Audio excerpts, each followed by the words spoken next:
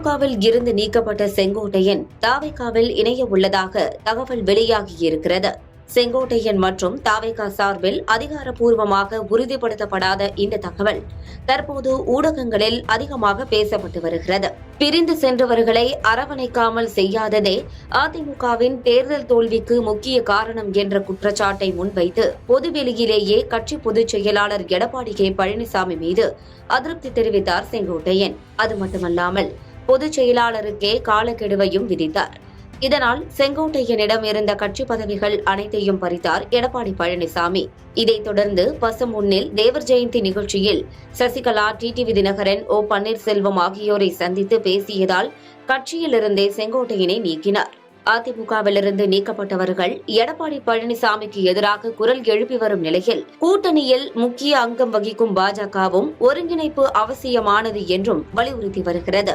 எம்ஜிஆர் காலத்து அரசியல்வாதி, கொங்கு மண்டலத்தில் செல்வாக்கானவர், எடப்பாடி பழனிசாமிக்கு முன்னரே அதிமுகவில் முக்கிய முகமாக இருந்தவர் என்று செங்கோட்டையனை பற்றிய பேச்சுக்கள் இப்போதும் மேலோங்கி வருகின்றன.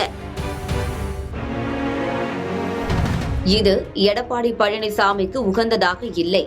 இதனால் வரும் 30ஆம் தேதி செங்கோட்டையனின் கோபிச்செட்டிப்பாளையத்திலேயே அதிமுகவின் பொதுக்கூட்டத்தை அறிவித்திருக்கிறார் எடப்பாடி கே பழனிசாமி. செங்கோட்டையனை விட தனக்கே கொங்கு பகுதியில் செல்வாக்கு இருக்கிறது என்பதை நிரூபிக்கும் வகையில் அங்கு பிரம்மாண்டமாக கூட்டத்தை ஏற்பாடு செய்ய உத்தரவிட்டிருப்பதாக கூறப்படுகிறது. இந்நிலையில் அதற்கு முன்னதாகவே தாவேகாவில் இணைந்து செல்வாக்கை நிலைநிறுத்த செங்கோட்டையன் முயற்சித்து வருவதாக தகவல்கள் வெளியாகிக் கொண்டிருக்கின்றன. நீக்கப்பட்டவர்களை சேர்க்க மாட்டோம் என்ற எடப்பாடி பழனிசாமியின் திட்டவட்டமான முடிவு பலனளிக்காத பாஜகவுடனான நட்பு, கைகூடாத சசிகலா, டிடிவி தினகரன், ஓபிஎஸ் கூட்டணி அரசியல் உள்ளிட்ட காரணங்களால் எதிர்காலத்தை கருத்தில் கொண்டு தாவேகாவில் இணைய முடிவு எடுத்திருக்கலாம் என்று கூறப்படுகிறது.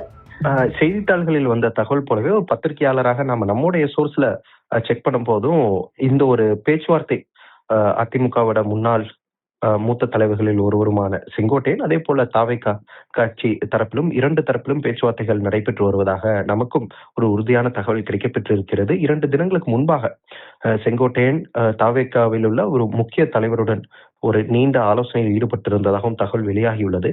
பேச்சுவார்த்தை தொடர்ந்து நடைபெற்று வருவதாகவும், பேச்சுவார்த்தை இன்னமும் இறுதி கட்டத்தை எட்டவில்லை. இந்த வார இறுதிக்குள்ளாக இந்த பேச்சுவார்த்தை ஒரு இறுதி கட்டத்தை எட்டிவிடும். தாவேகாவில் ஒரு பெரிய பொறுப்பு செங்கோட்டையனுக்கு வழங்கப்பட இருப்பதாகவும் தாவேகா தரப்பில் செங்கோட்டையனிடம் தெரிவித்திருக்கிறார்கள். எப்படி விஜயகாந்துக்கு பண்ருட்டி ராமச்சந்திரன் ஒரு மிகப்பெரிய ஒரு பொறுப்பில் இருந்து அந்த கட்சியை வழிநடத்தியதை போல தாவேகா கட்சியிலும் ஒரு மிகப்பெரிய ஒரு பொறுப்பு செங்கோட்டையனுக்கு வழங்கப்படலாம் என்ற தகவல் வெளியாகியுள்ளது.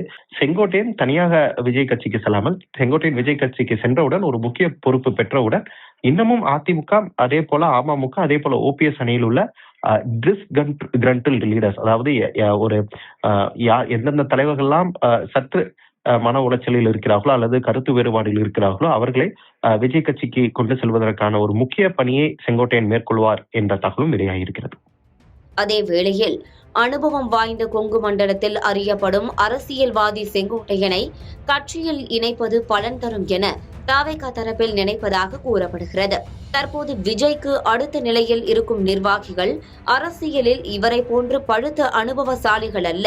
அது மட்டுமல்லாமல் ஒவ்வொரு முறையும் எம்ஜிஆரை பற்றி அதிகமாக பேசி வரும் தாவேகா தலைவர் விஜய்க்கு எம்ஜிஆர் காலத்து அரசியல்வாதி அவசியம் என கணக்கு போடுவதாக தெரிகிறது.